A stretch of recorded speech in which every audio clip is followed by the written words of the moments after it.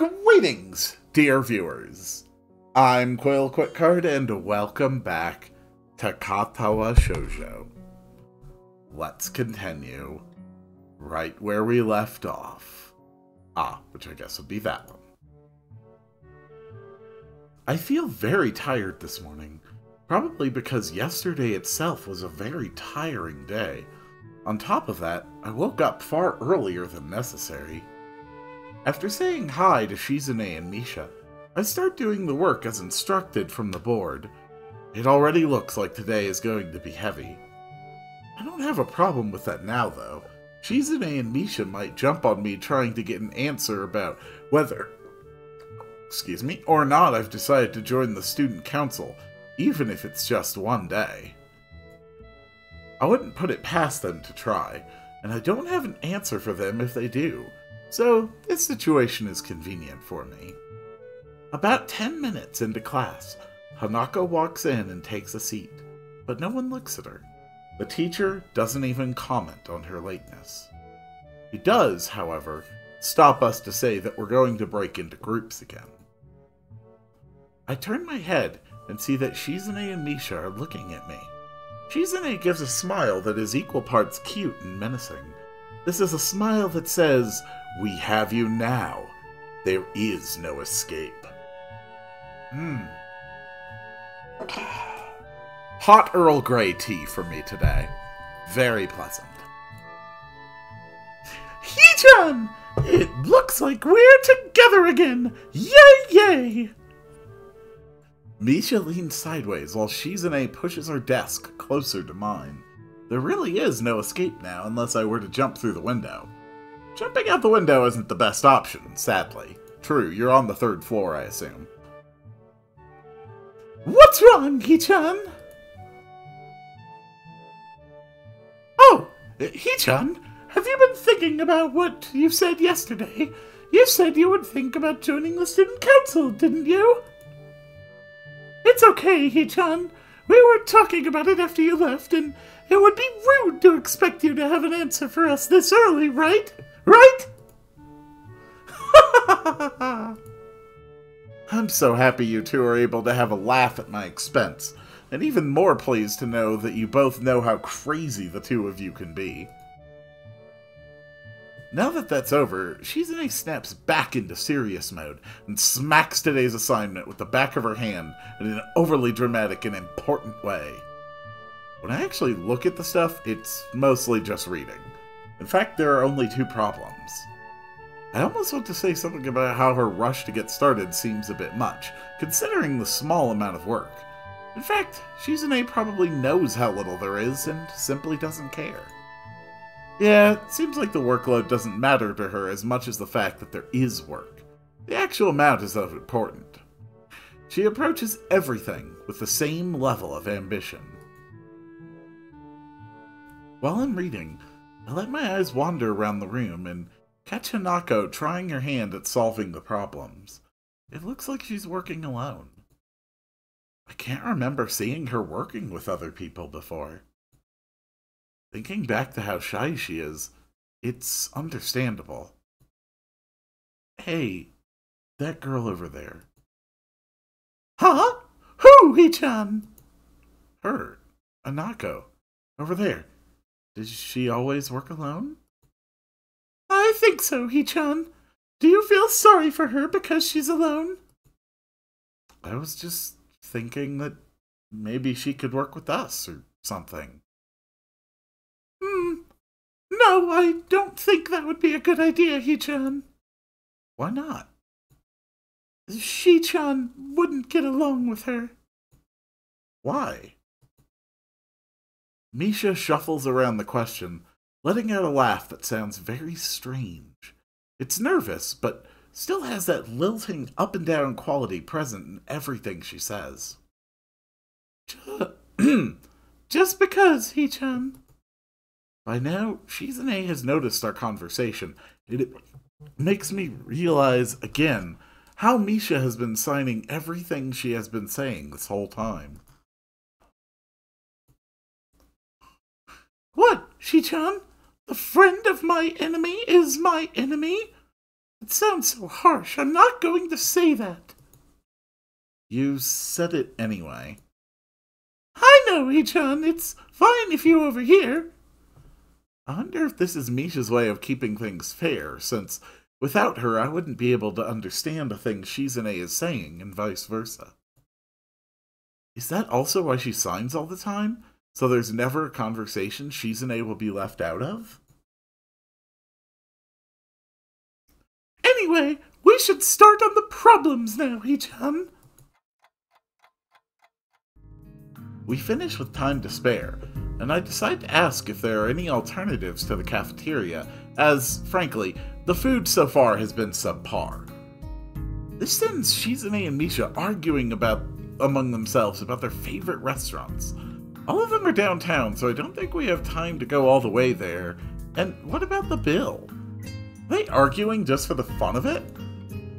Maybe. They seem so distracted by it that they don't even notice the start of the actual lunch break. I look over my shoulder towards the back of the classroom. She seems to be studying her notes from the previous class. It's an odd sight. Everyone else in the class is busying themselves with the lunch break. Socializing, gossiping, rearranging desks, the ones with actual boxed lunches mixed in and chattering like everyone else, only interrupted by short bouts of eating. But when I watch Hanako, it feels like I'm the only one who can see her, almost as if she was invisible, sort of hiding in plain sight. Is she being bullied? Is she isolating herself from the rest of the class on her own accord? I see her look over her shoulder towards the classroom's rear door. Come to think of it, she hasn't turned a page since I've started watching her. I guess she's waiting for someone. What to do?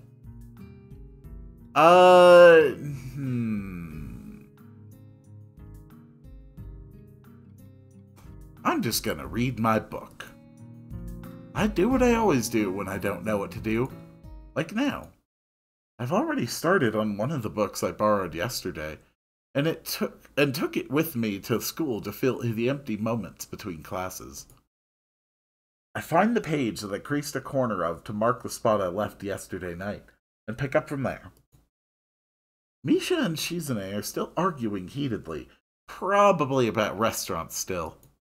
If I joined them, I'd just get caught up in that, or worse, get grilled about joining the student council. Misha isn't speaking aloud since there's nobody who'd need to hear what they are talking about. Why does she tend to sign things even when Shizune doesn't need to understand what's being said? Or even more strangely, when Shizune is not around at all? What an odd conflict of habits. I find it hard to focus on the book, and besides, the lunch break beckons me to leave the dullness of the classroom. I do so, heading down for the cafeteria. Misha and Shizune, having come to a conclusion of one kind or another, follow in my wake, though still talking in their animated fashion. Just around the corner of the hallway, something hits me in the chest with the force of a runaway train. Ouch! Opening my eyes, I see a pair of saucer-like green eyes looking up at me. They belong to the perpetrator, a short girl who bumped into me and has now fallen down onto the hallway floor. She wears a PE uniform and a very worried frown. The former strikes me as a rather strange thing to have on during a lunch break. More striking than that, though, is that she doesn't have legs.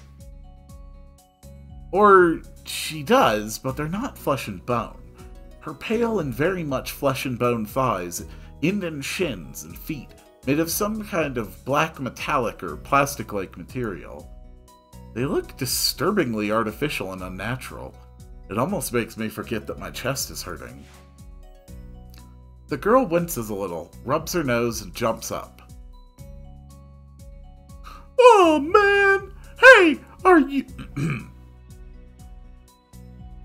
No, I specifically practiced a voice for this. Oh, man! Hey, are you alright? I'm sorry. I'm sorry about that, really.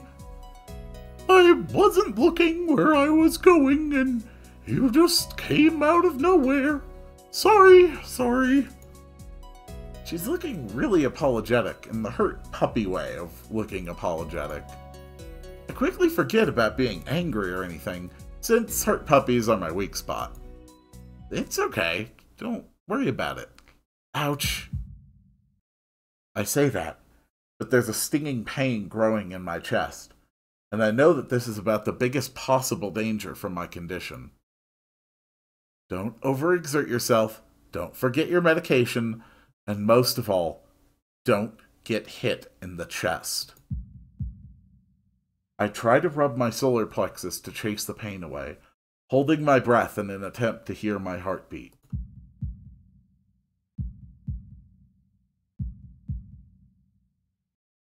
It seems normal. Hey, should I get a nurse?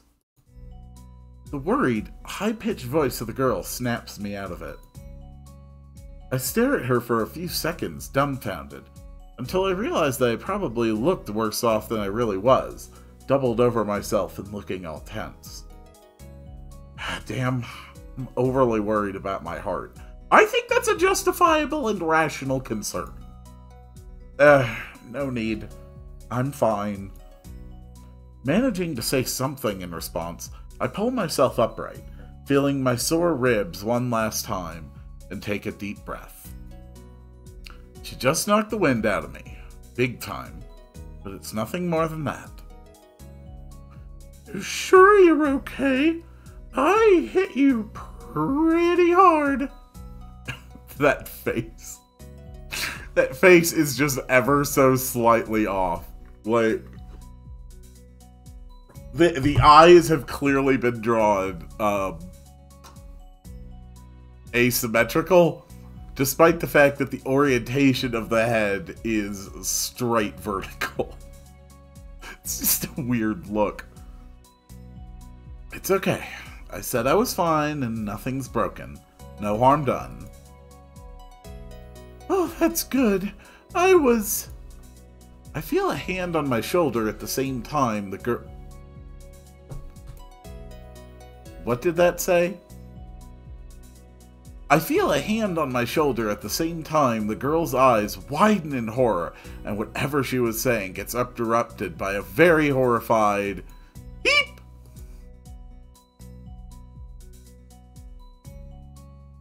I don't have time to look behind me, because Shizune is already shoving me aside and stomping over to the girl, signing furiously at her. Miss Missy Barazaki! I saw that! Running in the halls is strictly forbidden! Misha translates, right on Shizune's tail, but her voice is girlishly playful, not full of the divine fury Shizune's arm movements would seem to call for. Sorry, I was just going to get some stuff, and I was in kind of a hurry. You've been told this 1,000 times before! Your reckless behavior endangers other students, and even worse, it's explicitly against the school regulations! The girl blushes and starts to fidget nervously like a little child caught misbehaving. It's so cute, I find myself smiling. I know that, I was just... Make sure that this will not happen again, although I'm sure telling you this is futile and only causes me further headache when you choose to ignore the regulations.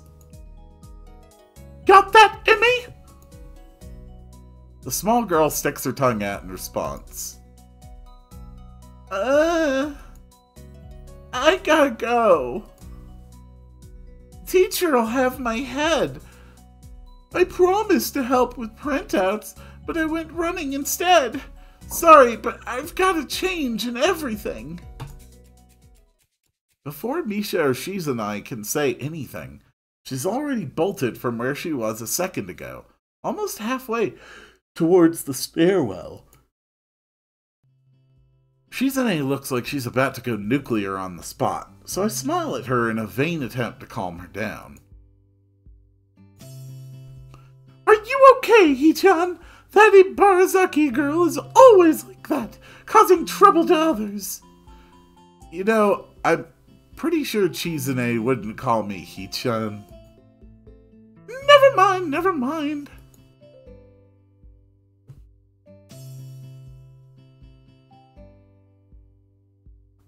Sorry, just looking at a piece of text. Yeah, anyway, I'm okay. Just got the wind knocked out of me. That's great, Hee-chan! I wouldn't call that great, but I let it slide this one time. We have to run now! There is an important student council meeting regarding the festival, and we finally decided where to eat! Too bad you can't join, but this lunch meeting is only for council meeting members. We can take you there some other time. Oh, but that'd be like a date, wouldn't it? The girls leave for downstairs. They didn't manage to get far from the third-floor hallway before all this commotion struck. Literally. I should get going as well. The lunch and the afternoon class pass uneventfully. I read most of the book I had started yesterday, and eat some of the mostly inedible offerings of the cafeteria. The class is tiresome. The teacher seems like an okay person, despite the weird first impression I got, and the material is relatively interesting. However, the way he teaches is really bizarre. It's as if he expects that everyone is a natural genius. When the final bell sounds, I realize that there is still a lot of time left in the day, and I'm left wondering what to do. It's odd. At the hospital, I had 24 hours a day of free time, but here, filling the considerably shorter hours feels difficult. Everyone else leaves, and I'm left alone with the teacher. Muto is examining the assignment sheets we were working on earlier, marking them with a red ball pen. Raising his eyes from his papers briefly, he notices me and furrows his brow. What is it, Nakai? I jump at him addressing me, but I guess it's natural to spark some conversation since there is nobody else around. Nothing. Thinking about what I'd do after school. The teacher slowly puts the cap on the pen he is holding and arranges his papers into a stack, clacking it against the desk twice. He seems very methodical, and for a brief moment, I'm reminded of Shizune, but the teacher is more unhurried and relaxed, much more routine. You have no plans? No, I considered joining a club, but don't know what kind of club would interest me. Go observe a meeting of someone else's club. Might pique your interest. I guess. But I don't know how to continue from there. Muto looks at me in a way that makes me quickly want to take the words back to avoid a conversation. But I can't, so I have to forge ahead. I just don't know how to deal with people. I mean, the other students. I'm talking to people and everything, so it's not like I'd be isolated or anything. I just don't know what to think about the disabilities. It's like, it feels that I'm being impolite if I pay attention to them, and it's weird to ignore them. Damned if I do, damned if I don't. The teacher scratches his cheek absent-mindedly, looking very unresponsive. These things are only an issue if you make them one. You can talk normally with someone even if they're blind or something. Try to look behind the superficial. There's not a single student here who isn't just a normal kid behind whatever they might seem at first glance. He says the same thing as Yuko did. I know they're right, but it's hard. How can you not consider, for example, Shizune's deafness? when the only way to communicate with her is to talk through Misha. Or Hanako. It's not like you can ignore her face. But I'm interrupted by the door of the classroom suddenly slamming open. Teacher! Misha crashes in, hand straight in an enthusiastic greeting, her voice loud and lively enough to wake the dead from their graves. She starts towards the teacher's desk with her bounding step, hands energetically swinging with the rhythm. Muto, visibly dismayed at the interruption and Misha in general, slumps in his chair. Mikado? Misha stops in her tracks and looks around cluelessly, as if she's sensing from his tone that something's wrong, but has no idea what. Yes? We have talked about volume control before. Yes! But she doesn't lower her voice at all, and the teacher just rubs his eyes. So, what is it? We need help! We are running out of supplies for the festival stands! This is a distress! She waves a pink slip of paper she's holding around. So, get more supplies from the art room. What's the problem with that? Plywood! Plywood is always the problem! Last time we wanted more, but there was only a little, and that time we just took it all and went with it. Now there's like none left there, so do you know where there is some? I don't understand. How would I know? Shi-chan, the president, thought that a teacher would know if there is plywood. Was she wrong? Muto looks like he is in great pain, frowning with his entire essence, and Misha doesn't get it at all. Looking at the two of them communicate is terrible, like looking at a man being tortured by drilling his skull open while blasting pop music at full volume at the same time. I'm afraid I have no idea if there is any plywood in the school, let alone where it would be if there is any. What should I do? Perhaps try to find Mr. Nomiya. I'm quite sure he would know where to find everything you need. You'd have to pry them from his cold, dead hands, but that's a different matter. I don't have time! We are so busy! She holds her head with both of her hands, looking as despairing as is possible for a person like her.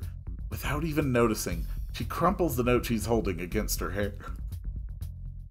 I shouldn't even be fetching these things! There's so much to do and we are falling behind schedule! Muto looks at her gravely, and then suddenly smiles. Smiling doesn't really fit his face. I think it'd be better if he didn't. I wonder if you could get some temporary help. He switches to staring at me focusedly, with a hard expression, as if trying to say, go make some friends. I guess I can give you a hand. You can! Thanks, Hee-chan! You were really nice! She pauses, does a double take, and then points at me with her finger, yelling, Ah! And looking very puzzled. Come to think of it, what's Hee-chan doing here? Class is over! You should be having fun! We just had a little chat. Oh no! It's not detention, is it?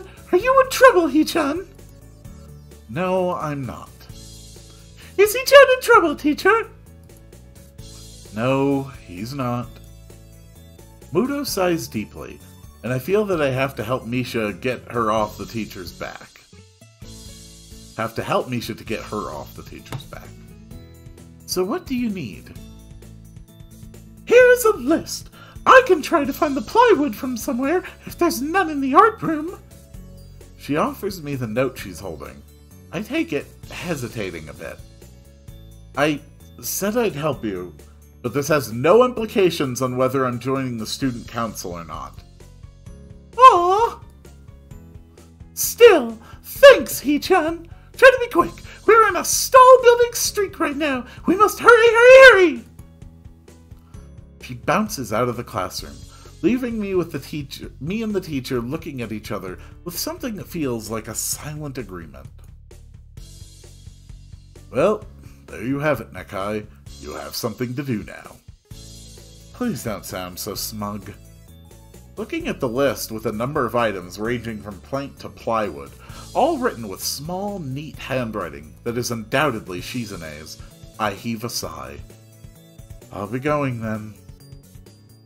Waving the long list limply at the teacher, I exit to the hallway. The classrooms closest to ours are designated belonging to classes 3-1 and 3-2 on the right side, and 3-4 on the left side, each door looking exactly the same. Further down the corridor still, with identical doors, are rooms I didn't think were used for classes. I guess the art room is not a classroom as such. I carefully push open the furthest door and peek in. It's a classroom, but it seems rather badly kept or not in use. Am I in the right place? Desks and chairs are all around the room, a thin layer of dust settled on them. There are some easels in the corner, so at least this looks like the right place. The room is flushed in sunlight from the big windows, shadows creeping all over the desks. Specks of dust are dancing in the stagnant air, making the beams of light almost visible. Jokingly, I call into the empty room. Anybody home? Something catches my eye, and I stop mid-sentence. Sitting on a desk is a short-haired girl, curiously wearing a boy's uniform, with a fork between her toes, a morsel of food stuck firmly on the end. This odd way of dining seems to be caused by her apparent lack of hands, but her presence here is what takes me aback even more. How did I miss her before? She's sitting in a corner very still, but I still somehow took her as part of the furnishing or a statue at first glance. I'm not being too observant today as a whole. The girl seems to be frozen in place, staring at me with her huge eyes like a rabbit in headlights. She's staring at me, her mouth wide open, ready to accept the fork. I'm staring at her, my mouth wide open, suddenly remembering I didn't finish my sentence and trying to think if I should. This weird stalemate keeps us both stunned into silence, punctuated only by the wall clock ticking rhythmically. Crap, I need another voice.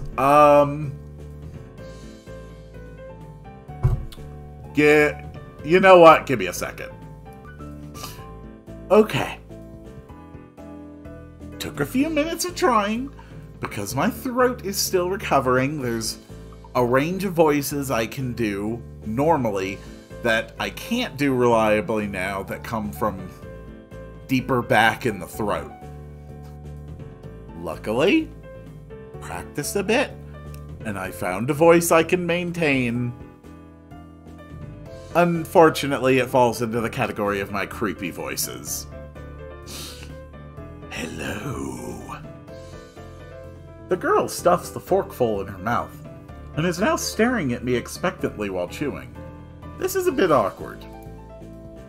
Hello. I was told to pick up some supplies from here?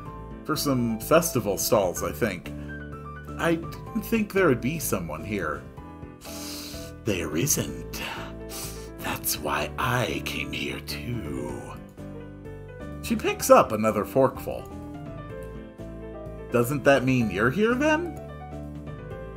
She raises her eyebrow as if she was expecting my observation was false. You are pretty observant. I guess it does. But who are you?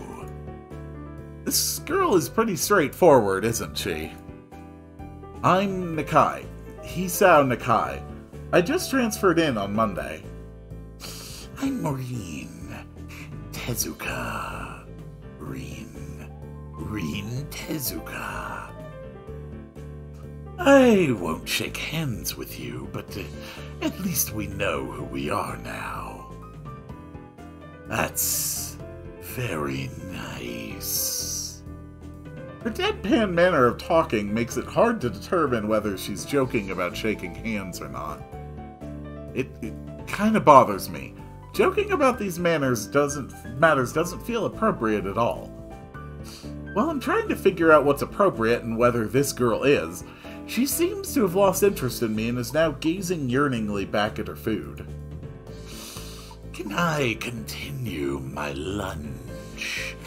If you don't mind me, I won't mind you. If you need to get your supplies, if you need to get your stuff, the supplies are at the back. Go right ahead, but lunch? School's already over for the day. What word would you use then? There is no word for a meal you eat after lunch but before dinner, right? It bothers me very much too, but I don't really know what I should say. I don't think you are supposed to eat a meal between lunch and dinner to begin with. So, you and I differ in opinion on a great many things. And the fact that you do not appreciate second lunch is one of them. But I'm hungry now, and my delicious boxed lunch would go to waste otherwise. I have curry. It's very delicious. With much decisiveness, Breen once again picks up the fork between her toes, and with at least as much impoliteness, she points it straight at me. So, Nakai, what brings you to this place? Like I said, I was told to look for these things. No, the school. From outside, you look fine. Is your problem inside? I come to a full stop, opening my mouth but not getting a word out. I can guess. I am good at guessing. Better than most people. Reen cuts me off before I can answer her question, or skirt around it somehow. I don't know which I would have done. I froze in front of this issue again. I haven't even told anyone here about my condition, or maybe it's only because it hasn't really come up. I do get the feeling that not making issues of this is a part of the social code here, as the teacher said. I wonder if the people here could relate. Probably not any better than any normal person could. I can't relate to Shizune's circumstances, or Lily's either. Naturally, while I go through this in my head, Reen keeps considering what my condition could be, with an overtly contemplative look on her face. She puts her fork between her lips and leans back, looking at the ceiling as if the answer was written up there. A beam of light illuminates her face from the window side, creating a mask of dark shadow on the other side. I don't think it's anything in your head, and something in your guts would be boringly ordinary, like this lunch of mine, and less delicious. The problem must be in your pants.